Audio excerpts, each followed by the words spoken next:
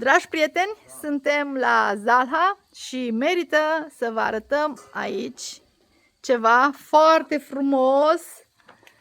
Măriucă, te aștept să ne prezinți ce este aici. Aici am încercat să facem o cameră așa tradițională și să păstrăm lucrurile la loc de cinste, că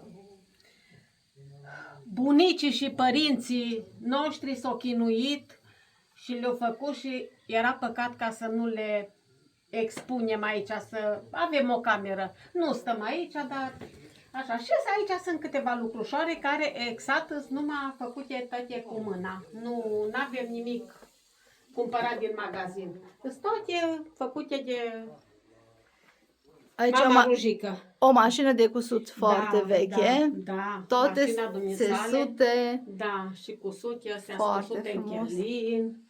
Da. Și coșul, uitați ce coș drăguț! Foarte, foarte frumos. Așa era pe vremuri. Da, așa era. Și cu mai multe rânduri erau, dar acum am lăsat așa două că...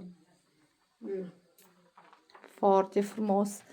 Apreciem că ne-ați lăsat să vedem așa ceva, să vadă copiii noștri care nu au văzut lucrurile și cum era. Uite cum se punea la bec, de unde, la întrerupător, să nu se murdărească peretele. Foarte drăguț.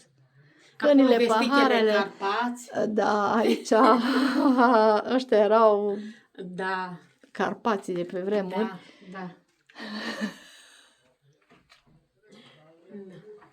Foarte. O mică parte din lucrușoare că... Mulțumim frumos că ați împărtășit cu noi.